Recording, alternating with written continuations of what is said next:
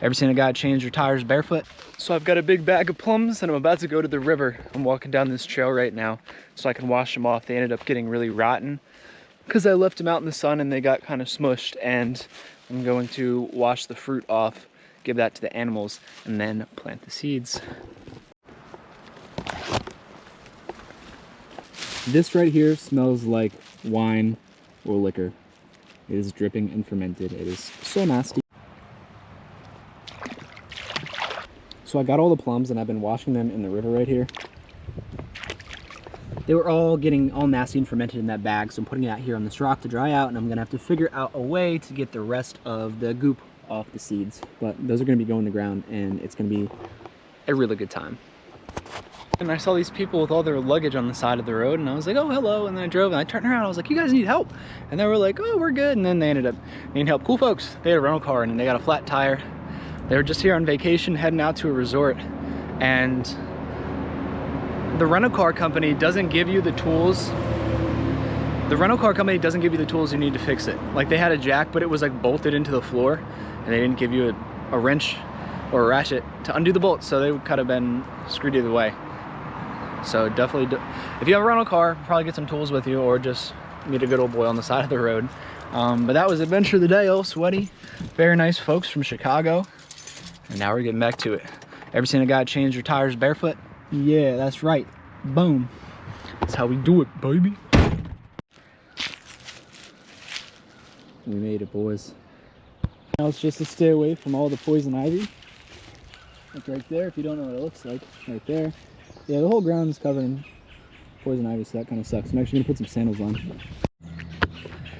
Every time I think I'm not walking through poison ivy because there's no leaves, it's actually that there's no leaves and there's just the vines covering the ground mixed in with all the other vines, like those in right there. And then I end up getting it, but I'm in very close quarters right now.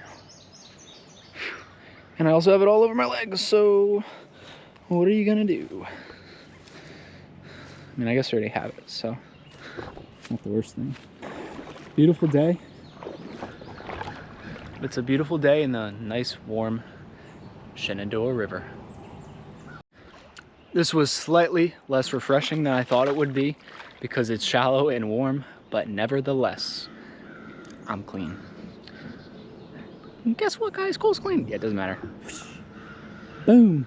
All I had to do was just run off the side of that road and take a shower in God's bathtub. And maybe I'm wrong, but maybe I'm right. But I feel like little stuff like this is a good way to just say thank you. Not that I do it 100% of the time, but just I feel like, what, I don't know. Our creator, our holy creator gave us a river to shower in. And I walked down on this trail and specifically landed next to this piece of water bottle. So I would feel kind of silly not to pick it up and bring it back with me. You know, if it was a huge pile of trash, that's one thing. But I feel like if everybody just did that little extra, that little something something, then, you know, the world would be cleaner, the world would be happier, the world would be healthier. We wouldn't have to worry about pollution. And we would be grateful for the clean water that has been provided for us, that civilization has seemed to want to destroy for so long in the name of profit. Heading back into town, going to get some coffee, and that got me thinking about the time that when I was like 15 or 16, we drive to school, and the guy at the 7-Eleven told us he would give us free coffee for 2 weeks, and neither of us drink coffee, the guy that was driving me, nor me. And we're like, oh, that's great, this is so exciting.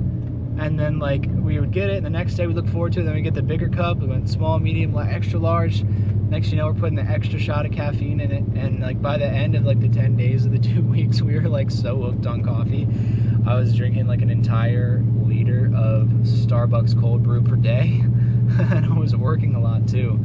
I get off of school at like 2 p.m. or something. I'd get out of school at 11:30 actually, and then I'd work my first job until 4, and then at 5 I'd work until like 10 or 10:30. And I think the 7-Eleven guy was like plotting and scheming against us. I feel like he was trying to give us some of the supply for free so that we'd be absolutely like loaded on coffee. And like then we went back there and would buy coffee like every day, and we're like, he got us.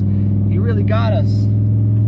And that's just what happens. And that's just the way of the world. It's almost like a legal drug dealer. He's like, look at this innocent soul. Never had a sip of caffeine in his life, and I'd be off the walls in school, like completely manic off of like caffeine. So funny. Here we are 8 years later and still going strong. Not that much though. I stopped for a while. But yeah, I'm heading into town. It's pretty cool to meet those people from Chicago. I made a post about like if you have AirPods on my Instagram, if you have AirPods and Apple Watch, it's a good sign you don't have like off-grid potential. Just like joking around. And these people were wearing AirPods. These people were wearing AirPods, and you know, I don't want to give them shit for not being able to change a tire because the new cars are more complicated. They didn't even have the tools for it. Like, it was a rental car, so I'll give them that. Because the rental car, they bolted the jack to the floor, and then they didn't give you the wrench to take the bolts out. So, I mean, even if they didn't have the AirPods in, they would have not been able to do it. But I feel like AirPod-less people might just keep an extra little box of tools with them in the rental car. I know when I travel, I do my best for that because the unexpected usually happens, and especially if you're off-grid without cell service, if something can go wrong, it's, you know, I guess at some point it's possible that it could. So, but they were very nice people. But I did think it was funny to confirm my observation last week. A lot of people were getting mad at how they say they have AirPods, and they also, I mean, it was like a joke. I was being somewhat serious, but also it was kind of goofy. I'm going to see a Biofield tuner. I was reading a book called Tuning the Human Biofield by Aline McCusick. Basically, she's booked up, and she had a website list of people that also do the same thing, that went through her program. And I'm going to see some person up in Virginia, and it's going to be a real good time. And they use tuning forks, like 174 hertz tuning forks, to just realign all the energy in your body and free up stagnant energy. And it helps with a bunch of different ailments and just energetics, because our whole bodies are made of just energy, frequency, vibration. What's that? Nikola Tesla is, if you want to understand the secrets of the world, think energy, vibration, and yeah, anyways, you know the deal, I just said it.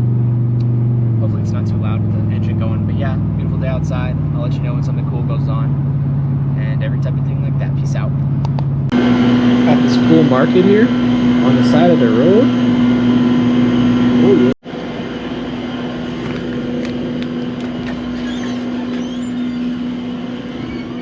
Right on. Yeah, this place is really cool. They've got all the cows right out front. Talk about farm to table. But yeah, Spring House over in northwestern Virginia off the side of the road. It's a pretty interesting spot because it's like still farm and country out here, but it's an hour 15 from DC. So there's still a lot of like money circulating. It's like old farms, old plantations. The houses are from the 1800s, and then all of a sudden there's like, you know, a nice place. But yeah, super really pretty back over in these parts.